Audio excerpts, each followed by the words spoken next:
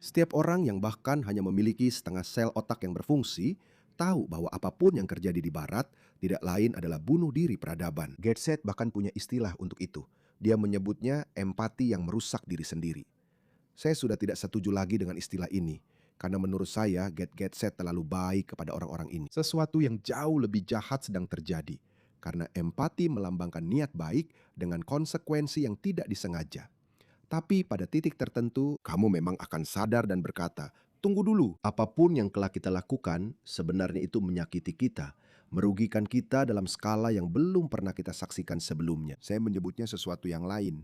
Saya pikir ini adalah fetisisme bunuh diri. Ini adalah istilah yang lebih tepat, karena fetisisme bunuh diri menunjukkan bahwa ada orang-orang yang memiliki ketertarikan berbahaya pada sebuah ide yang mereka tahu merugikan diri mereka sendiri.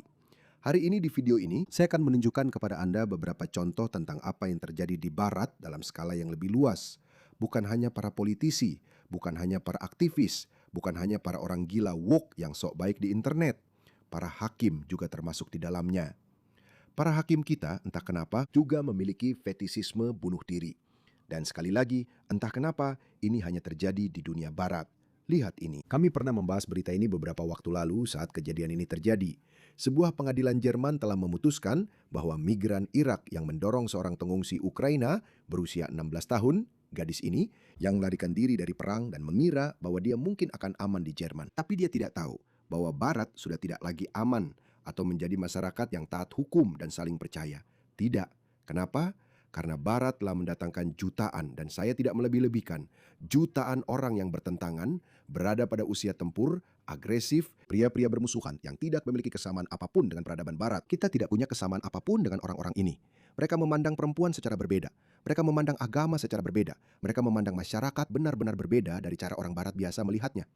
Tapi entah kenapa, orang-orang yang berkuasa, elit politik kita, lembaga penegak hukum kita, hakim-hakim kita, LSM-LSM kita, mereka semua punya kegemaran aneh untuk memfasilitasi orang-orang ini. Jadi, migran Irak yang mendorong pengungsi Ukraina berusia 16 tahun ke depan kereta barang itu, dengarkan ini, tidak akan menjalani hukuman penjara. Liana K. melarikan diri dari Mariupol bersama keluarganya pada tahun 2022 dan tinggal di Jerman pada 11 Agustus 2025. Sekitar setahun yang lalu, gadis Malang ini meninggal saat berjalan pulang dan berbicara di telepon dengan kakeknya. Dia didorong ke rel di stasiun Fridolin. Kereta menabraknya dan dia meninggal karena luka-lukanya. Kakeknya mendengar dia berteriak sebelum sambungan telepon terputus. Kasihan kakeknya, dia lebih aman di Mariupol daripada cucunya di Jerman. Bayangkan itu. Bayangkan mendengar cucumu meninggal lewat telepon. Polisi awalnya menganggap kematian itu sebagai kecelakaan atau bunuh diri.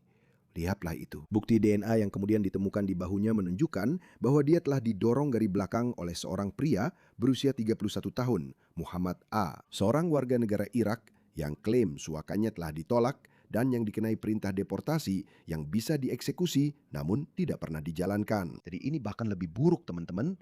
Tentu saja kita tahu ada sekitar 6 hingga 7 juta migran ilegal yang tinggal di Eropa, hampir 2 hingga 300 ribu di Inggris. Dan saya paham inilah alasan mengapa pemerintah Inggris menempatkan mereka di hotel, karena mereka tidak ingin membuat mereka marah atau memprovokasi mereka. Saya tidak mengerti seberapa sulitnya. Tangkap saja mereka semua. Masukkan mereka ke dalam kapal, bawa mereka ke benua asal mereka, dan lepaskan di sana. Atau bangun pusat penahanan besar di luar daratan utama di sebuah pulau. Saya yakin Inggris punya banyak pulau tak berpenghuni dan tempatkan mereka di sana. Mereka tidak bisa melakukannya karena entahlah. Mereka punya pandangan ideologis yang aneh dan bertentangan dengan upaya menyelamatkan orang-orang tak bersalah di masyarakatmu, seperti Liana Kay. Jadi meskipun ada bukti jelas bahwa dia sengaja mendorongnya ke jalur kereta, pengadilan Göttingen memutuskan dia tidak bertanggung jawab secara pidana karena tentu saja skizofrenia paranoid. Alih-alih di penjara, dia diperintahkan untuk menjalani penahanan psikiatri tanpa batas waktu dengan biaya dari para pembayar pajak. Pihak berwenang memiliki banyak kesempatan untuk mendeportasinya dari negara ini sebelum serangan itu terjadi. Kesempatan-kesempatan ini tidak dimanfaatkan. Liana tewas akibatnya. Dan saya menyesal mengatakan bahwa dia bukan satu-satunya korban dari para migran ilegal ini. Izinkan saya menunjukkan cerita berikutnya, yang satu ini terjadi di Australia. Orang yang sedang Anda lihat ini, badut ini, dia adalah Menteri Urusan Dalam Negeri kita, Tony Burke. Seorang imigran asal Afrika yang melakukan pelecehan seksual terhadap seorang anak laki-laki. Seorang anak laki-laki berusia 3 tahun telah diizinkan untuk tetap tinggal di Australia karena dia akan menghadapi kesulitan besar jika dideportasi ke Zambia. Saya rasa saya tidak tahu berapa jumlah penduduk Zambia, mungkin puluhan juta orang. Saya yakin mereka semua menghadapi semacam kesulitan di negara mereka. Kenapa kita tidak membawa mereka semua ke Australia? Premis bodoh macam apa ini? Sebuah tribunal mengembalikan visanya dengan menggunakan arahan yang dipertahankan oleh Menteri Imigrasi Tony Burke. Badut ini, saya tidak sabar ingin melihat akhir dari orang-orang seperti ini. Kita masih harus menunggu beberapa tahun lagi. Mari kita pergi ke Inggris. Lihat pria ini, pengedar narkoba asal Albania, Strapisum Koka, lolos dari perintah deportasi setelah menjalani hukuman karena perdagangan narkoba dan pencucian uang, hanya karena putrinya ngompol di tempat tidur. Dia mengatakan kepada pengadilan banding bahwa putrinya membutuhkan intervensi terapeutik yang hanya tersedia di Inggris. Jadi tolong jangan kirim saya kembali. Mereka pasti tertawa di luar sidang. Mereka pasti cekikikan dengan pengacaranya. Serius, apakah ini akan berhasil? Ya lihat saja, lihat bagaimana saya memutarbalikan ini. Mari kita kembali ke Australia lagi. Pria ini, Salah Al-Muhammad, dia melecehkan seorang siswi di Toowoomba. Dan tebak apa? Dia keluar dari pengadilan sebagai orang bebas. Al-Humed, pengungsi Irak berusia 29 tahun, memancing seorang gadis berusia 14 tahun dengan vape dan melecehkannya di sebuah gardu pandang saat sedang dibebaskan dengan jaminan. Tuduhan pemerkosaan itu dibatalkan dan hakimnya seorang wanita, Deborah Richards.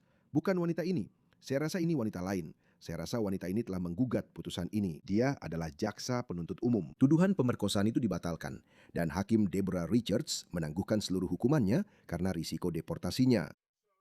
Jadi para hakim Australia diberikan instruksi oleh pemerintah Partai Buruh bahwa jika Anda menjatuhkan hukuman lebih dari 12 bulan, maka kami harus mendeportasi mereka.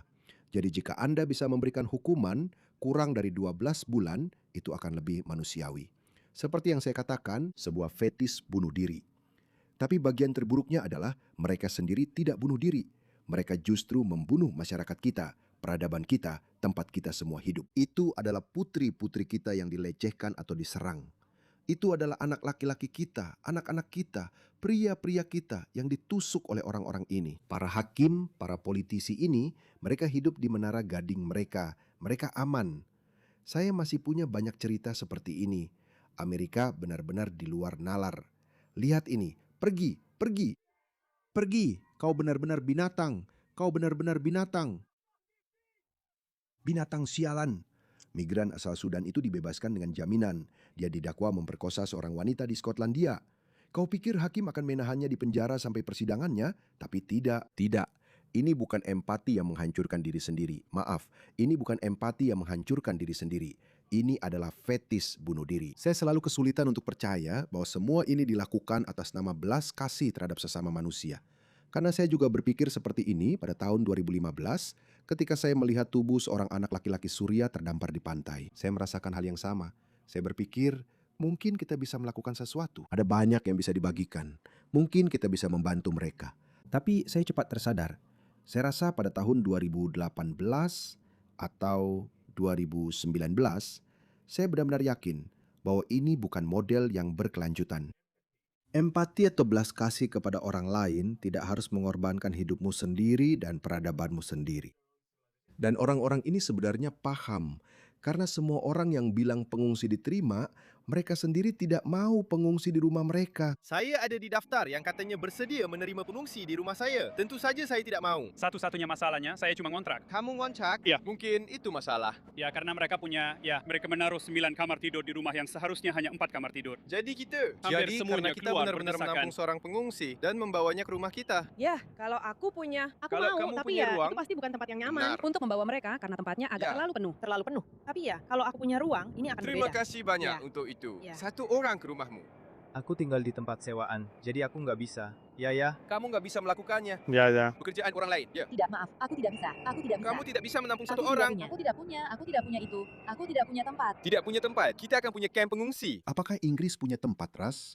Ya, Tidak masalah. Ya, kamu kamu akan dapat. mencatat, aku tidak tahu. Ya, itu. Berikan aku barangnya. Tunggu, aku tidak bisa. Soalnya, apa yang terjadi? Sekarang, apakah kamu bersedia menerima seorang pengungsi di rumahmu? Ya, kalau aku punya ruang. Kalau kamu punya ruang, lucu juga ya mengadopsi seorang pengungsi. Tidak, terima kasih. Terima kasih. Pengungsi seperti apa yang kamu maksud? Permisi, apakah Anda bersedia menampung seorang pengungsi di rumah Anda? Tidak. Apakah Anda akan menampung seorang Di tempat pengungsi di tinggal rumah Anda? Anda? Tidak, terima kasih. Tidak, dokter pengungsi.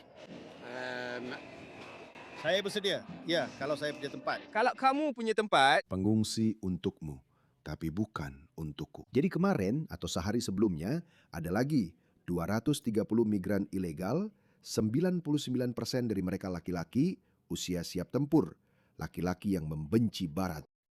Mereka muncul lagi dengan perahu karet besar. Tidak ada satupun wanita yang terlihat. Dan pemerintah Britania Raya alasan yang sama seperti biasa. Orang-orang ini melarikan diri dari perang dan penganiayaan. Kami akan menghancurkan geng-geng itu. Bagaimana hasilnya? Kamu ingin lihat bagaimana hasilnya. Bagaimana hasilnya? Lihat ini. Pada tahun 2018, hanya 300 orang yang datang dengan perahu kecil ke Inggris. Tahun 2019, 1.843 orang. Karena pemerintah Inggris menyambut dengan tangan terbuka. Mereka pikir itu bisnis yang bagus. Mari kita bawa lebih banyak orang.